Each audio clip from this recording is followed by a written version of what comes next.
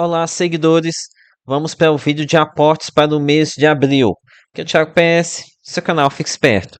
Lembrando que esse vídeo aqui é focado em investidores holders, já que para o público trader já tenho os meus vídeos aos domingos.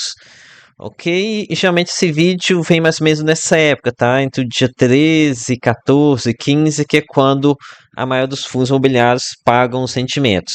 Então, começando aqui um fundo que talvez esteja começando a ficar interessante. Aqui, provavelmente um caso polêmico. RBRL11, o antigo fundo de logística da RBR. Então, aqui eu sei que o investidor que gosta de fundo de logística está passando um momento meio apertado, né?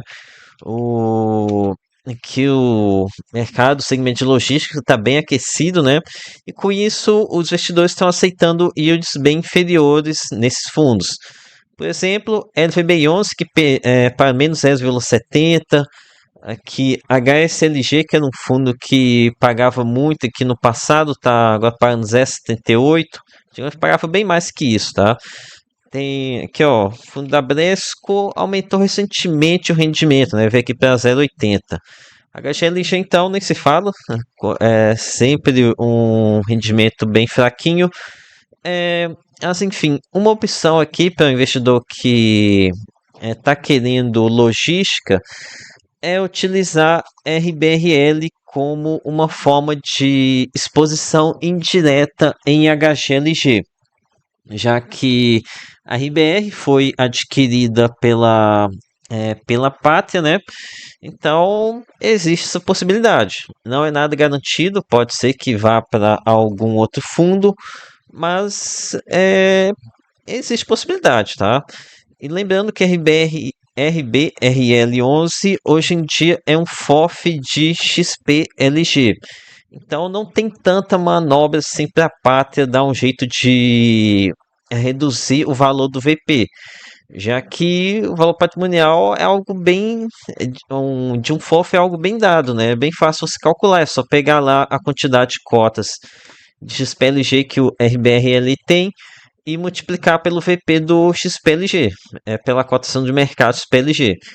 Então não tem muita margem aqui para recalcular esse VP e sacanear o fundo incorporado. É que o fundo está sendo negociado 18% de desconto. Então, se for feita uma transação VP a VP, RBRL pode ser uma maneira muito barata de se posicionar lá no HGLG, tá? E é bom deixar bem claro aqui que o fundo vai ter uma queda de rendimento a partir do mês de abril, com Datacom no começo de maio, vai ser 75 centavos para 60 centavos. Inclusive, é isso que explica essas últimas quedas aqui que a gente teve, tá? Nos últimos dias caiu quase 8%. Mas eu sou meio do contra, né? Que o mercado todo aqui panicando, aparentemente esquecendo ou ignorando esse fator de que MBRL em algum momento pode se transformar em HGLG. Então o carrego vai diminuir, né? Aqui isso aqui é no rendimento para 60 centavos, que no preço no momento que estou gravando pagaria 0,72. Realmente não é um yield adequado, tá? Mas feita essa incorporação aqui, é uma forma de você se posicionar de forma mais barata em HGLG e ter um yield maior lá na frente. Mas enfim, aqui pode ser um pouco mais trabalhoso, tá? De qualquer forma, em breve está saindo um vídeo aqui sobre a situação de RBRL. Talvez saia até no mesmo dia, essa semana, começo dessa semana deve sair um vídeo sobre RBRL também. Ok, vamos aqui para o próximo vídeo que eu acredito que esteja interessante para o investidor holder. O próximo comentário vai ser PMLL11, outro que eu já venho falando bastante, que com vocês já tem um tempo, né? Batendo bastante na tecla. E olha, aqui o fundo até um tempo atrás estava conseguindo pegar a R$ 106, mas o mercado ele não é bobo, né? Aqui já está ficando mais difícil pegar a 106. Agora aqui já está sendo negociada perto de entre R$ 108 e R$ 109. sendo que estamos longe da próxima Datacom. Então, é que o pessoal fica deixando, eu vi que muita gente tava querendo, quer 105 eu vou pegar, hein? Quer 105 eu vou pegar. Isso é péssimo para o holder, tá? Essa questão de ficar pechinchando cotação dá sempre ruim mesmo. Aqui a gente pode ver o fundo tá com uma tendência de alta, porque cada dia que passa, o mercado vai começando a perceber que o fundo tá realmente com uma boa assimetria de risco, né? Uma boa relação risco-retorno. Deixa eu até dar uma olhada como é que tá a evolução da quantidade de cotistas. Então, tá aqui subindo, né? A gente pode ver antes, estava aqui andando meio de lado, mas começou a aumentar a baixa de cotistas, mesmo com fator pátria, né? Muita gente não gosta, inclusive eu. No entanto, receber 0,92 em um fundo de tijolo diversificado e que a renda não está tão inflada assim, é um bom negócio, tá? A gente compara aqui com outros fundos, como por exemplo que da Vin está pagando 0,76. Mesmo assim tem aqui essa renda está um pouco inflada também, né? Então, PMLL, ah, aqui não é o melhor fundo de shopping que a gente tem, tá? Mas mesmo assim, não é coisa para se jogar fora. Então, e de alto, portfólio ok. Gestora tem que ficar de olho, né? A Pátria realmente não é brinquedo. Mas enfim, ainda vejo com oportunidade. Sei que muita gente vai ficar pensando assim: cai aqui um 107, vou pegar. Vai dar ruim, tá? Vai dar ruim. Mas, enfim, PMLE também vejo que com oportunidade. E antes de continuar, lembro vocês que esse vídeo é meio que um vídeo desidratado de um que eu faço. Pelo menos é a intenção é fazer semanalmente para os membros aqui do canal, tá? Comentando esses fundos que eu acredito que estejam interessantes para o público holder. Ok, vamos aqui agora para o próximo trio de fundos que eu vejo que está interessante.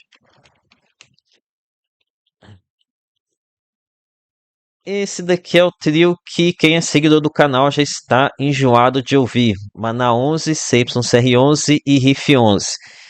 Olha, sério, o pessoal já deve estar muito enjoado. Mas muita gente aqui do canal já me agradeceu muito aqui por ter meus vídeos aqui comentando sobre esses três fundos, tá? Somente Mana 11 e CYCR 11. Muita gente que pegou Mana 11 lá atrás, antes do fundo subir, né? Aqui já em 2025 ainda, já tem muito tempo que eu tô falando de Mana 11, né? Que talvez teve gente que deve ter pego lá no 8,50, travou cerca de 1,30% ao mês aqui por tempo praticamente indeterminado, né? Mas enfim, subiu. O fundo parou de ficar interessante. Olha, eu acho que não, tá? Esses três fundos, ainda vejo neles uma oportunidade, tá? Oportunidade de se travar uma boa rentabilidade para o futuro. Ambos os três aqui estão com rendimento próximo a 1,20% ao mês. E o esquema na 11 com 1,18, CYCR11 com 1,17 e RIF 11 com 1,20. Sendo que desses três, o CYCR11 e o RIF 11, para mim é muito tranquilo aqui de se manter esse patamar de rendimento que eles estão pagando atualmente. Mas na 11 tem uma parcela, um pouco mais de parcela CDI na carteira, né? Então, com a queda Selic pode ter um pouco mais de dificuldade, mas o fundo também tem 18% em incorporação, que até onde eu sei não deve gerar renda. Até algo que eu fui me questionando, como é que uma na 11 consegue pagar o rendimento que paga mesmo com essa pedra no sapato da incorporação, que durante as fases iniciais não contribui com a renda, né? Então, mas na 11 talvez a questão da incorporação seja compensada, a questão da queda Selic seja compensada pelos agentes de incorporação que podem vir a contribuir. Mas, de qualquer forma, esses 11 centavos de Mana 11, não sei dizer aqui se daqui um ano eles vão estar ainda nesse patamar, mas se o CR11 e RIF11, acredito que sim.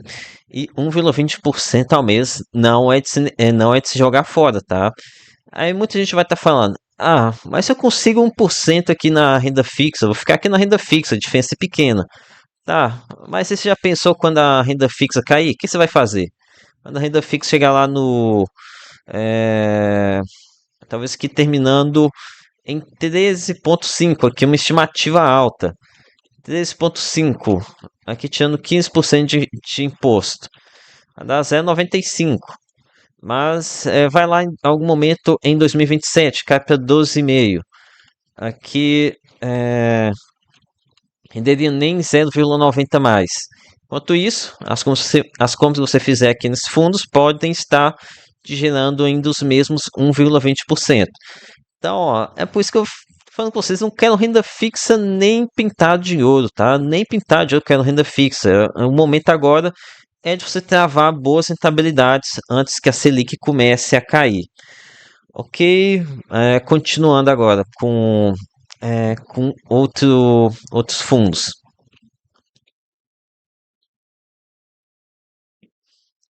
O próximo comentar é CRA11, o Fiagro da Esparta. Então, quem me segue aqui há mais tempo sabe que eu sou um hater de Fiagros, sou anti-Fiagros, critiquei muito essa classe, né? Muito, mas muito mesmo. No entanto, CRA11 me conquistou, tá? CRA11 eu também tinha uma visão negativa dele, porque ele era meio CDI, parte PCA. Eu tinha uma tese de que IPCA eu consigo bastante tranquilidade em fundos imobiliários, então não preciso de um Fiagro para estar me posicionando em PCA. No entanto, o CRA11 tem demonstrado aqui um desempenho realmente impressionante, tá? O rendimento que ele vem pagando aqui, próximo a 1,23, é mais baixo que a maioria dos fiagos, mas CRA11 ele realmente é talvez o mais a gente pode falar de um fiagro high grade. Aqui a gente tem uma carteira realmente muito robusta, que uma lista extensa de devedores. Isso aqui é algo que todo gestor de fiagos deveria ter feito, tá? Uma carteira bem pulverizada, já que o agro se mostrou bem desafiador, né? Então, quando você tem uma carteira diversificada como essa, você acaba que você é bem menos afetado. Então, isso aqui é excelente. Além de ter uma carteira bem robusta, ainda a maioria dos casos aqui são, em sua maioria, mais tranquilos do que dos outros fiagros. Então, CRA11 pode ser sim classificado como um fiagro IPCA e que está remunerando bem. Ok, então vamos aqui para o último fundo aqui dessa relação. HTMX11. Vou ser breve porque já gravei até um vídeo a respeito dele. No entanto, vai sair em algum momento de abril. Lembrando que quem é membro, nível apoiador, que é apenas R$ 7 por mês, tem acesso antecipado aos vídeos. Mas, enfim, aqui a HTMX do segmento de hotelaria e ele vem passando aqui por alguns momentos um pouco mais fraquinhos, né? Pagando apenas R$ 1 por cota, 1,20. E aqui ele está sofrendo um pouco mais com a agenda fraca de eventos corporativos, algo que é sazonalmente esperado, tá? Dezembro tem festa final de ano, janeiro muita gente tem férias, fevereiro tem poucos dias úteis e carnaval. Então é uma sequência de 3 meses muito ruins para hotelaria corporativa, que é o foco de HTMX, que está aqui ao redor da Chico Zaidan, aqui próximo a Faria Lima e próximo a Paulista.